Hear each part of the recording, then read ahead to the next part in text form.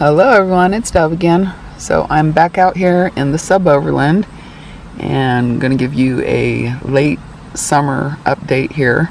And I apologize in advance for the wind. Once in a while you may hear that coming through because it's actually really breezy today.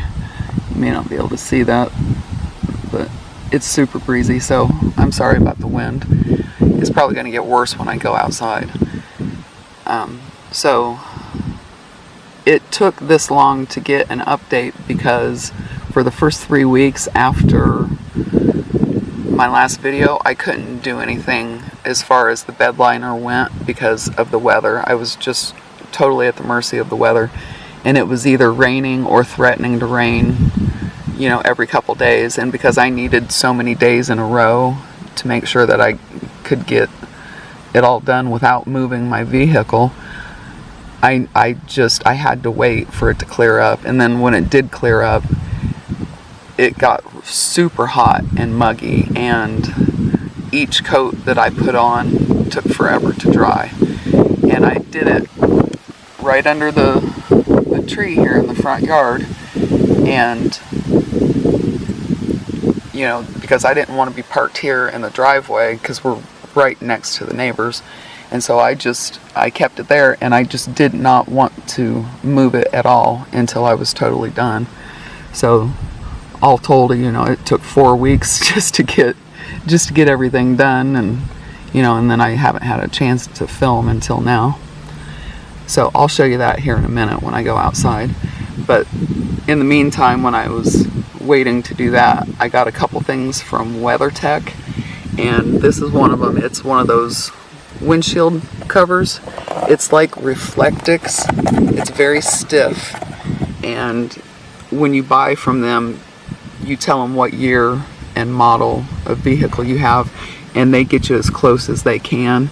And so while this is very, very close fitting, but it's not totally perfect. It's a little bit too big. So down here I've kind of got it shoved in there, but there's a little bit of light leakage up here. And even with the visor down like this, there's a light leakage up there because this is not holding the cover perfectly to the window. And so right there, because it's just a little bit too big, and so it won't stay up there, and it just keeps falling. And then right here, they have to make a notch, and so there's actually a U-shaped notch so that you can get it up under your mirror here. And it's kind of a hassle to get it in because it's really super stiff. It's silver on the other side, if I hadn't said that already. You know, so the silver side's out during the summer and the black side is out during the winter. But yeah, it's kind of a pain in the butt to get in, but I like it pretty much. And then this is the carrying bag. I had to order that separately, and I'm glad I did, because without it I would have had to shove something else up in there. So just to kind of make it blacked out a little bit more, I just put that carrying bag up there. And then the other thing I got from WeatherTech, I'll have to show you when I go outside. It's one of those stone and bug deflectors, and it looks really nice. It blends in very well with the black hood. I got the very dark charcoal colored one, and so you can't even hardly see it when you're looking at it. But I got the one that you mount with the screws, because they have a lower profile one, but you had to put it on with adhesive. And I just got that new hood because the neighbor's tree fell on the old one, and I had to have my hood replaced, so I wanted to keep it nice. And so I just got the one that they send you the hardware for it, and when you open the hood, there's actually square holes up in the hood, and then you just put the hardware up in there, and you screw it up in there. And I did have to have my ex-husband help me with that, because it's really, you know, it's the whole length of the hood and everything, so it's kind of gangly, so he helped me do that. And then the only other thing I had left to do in here, really, that I hadn't done yet, was to put in my little fairy lights. There goes the wind. I'm really sorry about that. Maybe if I hold the camera a certain way, you won't catch that wind.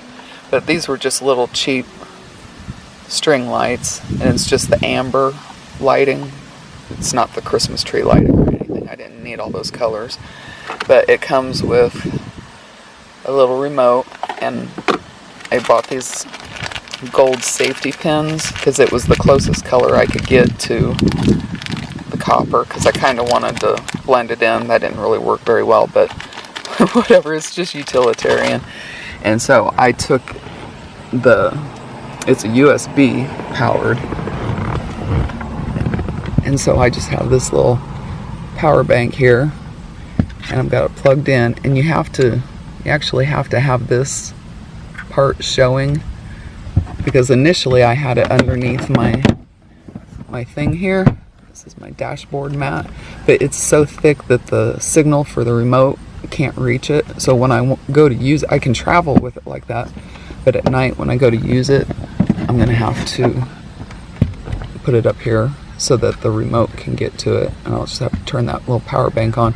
I actually, to test these things, I plugged it into my Jackery, and the Jackery didn't even register anything pulling from it. They worked just fine, but the Jackery couldn't recognize it, so it must be pulling like a half of a watt or something like that. But it's a really long string, and so I started it right there, and I kind of tucked it under that plastic pillar, which is also where the cable is for my mirror here. This cable runs across there and down that pillar, and so I just brought it up this pillar, and then I started using the safety pins, and I just ran them all the way along, and wherever I could I would tuck the wire in, but mostly I just use safety pins. I don't know if you'll be able to see that or not. So I just went all the way around, and because they were 33 feet long, they went around almost twice. And so I went around one full time and came back around, and right up here above my head, right there, that's where it ended. So effectively it went around twice, but you know, there's just this little tiny area where I don't have it doubled up, but everywhere else it's got a double strand. So I mean, I don't know if I'll be able to read by them. I don't know if they're that bright, but they'll be good for like ambient lighting or whatever.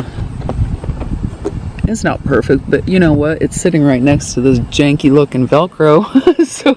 so really, who cares? I've got wires hanging everywhere.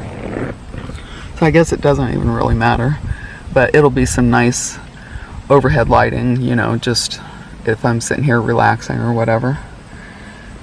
So that was it. Now I will take you outside and show you the bed liner and that stone and bug guard. And again, I'm really sorry if the wind is unbearable. I wish I had a way to muffle it better, but this camera doesn't even have an external mic thing. So I just have to do with the built-in microphone here.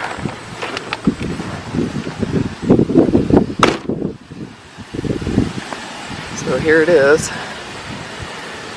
This is the part that was done before. I did this part, and then I did the rocker panels, and then I did right here, and then I did the quarter panels. That's what I did when I was in Ohio, and I wrapped it all the way around here. And so because I wanted to keep it cohesive, and because, you know, when I took those fender flares off and tried to put them back on, they didn't want to go back on, and so I just left them off. I took the trim off of here. I'm sure if you saw one of my last videos that I showed that, I just ripped that trim right off of there off the doors. And so for this particular application, I did go ahead and tape this off, everything. I retaped everything off, and I had to go all the way around here in just little tiny segments trying to make a curve. That was fun. It took forever just to tape this off, but there was a line. I'll try to put a picture in at the end. There was a line where that fender flare had like rubbed into the paint, and so when I taped it off, I took the tape right above that little scuff line that it made. And they tell you just to use a scouring pad to scuff up the paint. And again, I'll try to put some pictures in here at the end. So I taped it off and I scuffed it all up, and then I did 3 coats on here. And so this is the part that, oh, my dress is good. Woo. It's windy out here. So yeah, blooper. So I just took the tape all the way down and then finished it off. This has got 3 coats, and then I had enough left over to do another coat on the rest of it. So everything that I did in Ohio has 4 coats on it now, and this only has 3 coats. But I went ahead and did that because some of that red primer that I was using was bleeding through, and so I had to match it up to the new stuff. And you can't really tell that that's only 3 coats and that's 4 coats. And I did it with a big 3-inch brush. I just used it like a stencil. It took a really long time because using the roller doesn't work very well. It doesn't give you uniform. But with the brush and a lot of patience, just, stipple, just very patiently. I just start at one side. Actually, I start down there because I'm right-handed, and I would just work my way all the way down. And then I did another 4th coat on the rocker panels. So it's a real nice and hard, tough as nails pretty much. So hopefully it lasts a good long time. I know it's going to fade. Bed liner always fades, and so I'll just have to deal with it. I could have put some kind of polyurethane coating over it, but you pretty much have to do it right, like within a few hours after your last coat of this, and I wasn't prepared to do that, and I was running out of time because of the weather, so I didn't get any kind of top coat on it. But that's that, and this is the right up under here too. This is where I had done that Rust-Oleum paint up under here. When I first came home from Ohio, this was not there, and then under here I just had that Rust-Oleum. So when I did this part, I just went ahead and scoured under here and extended the bed liner up under here. This is this is plastic, that's the protector. So I didn't do that, but I did kind of get some on it. It looks pretty bad. You can see the red is that primer, that rust converter and primer.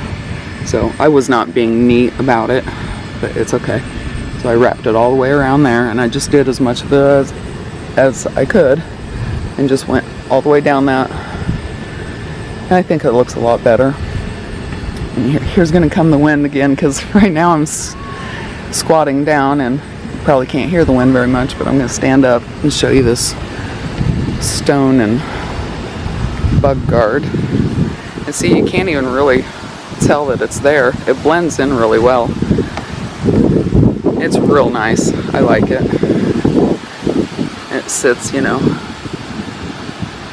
an inch or 2 away from the hood.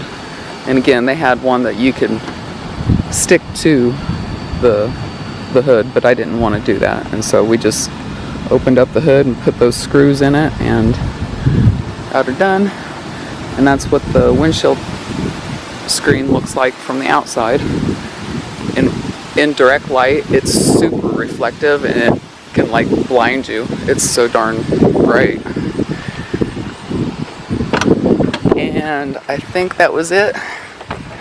Sorry again for the wind. I cannot control it. Just like I couldn't control the rain and everything. But I guess that's it. And I will talk to you again another time. Bye.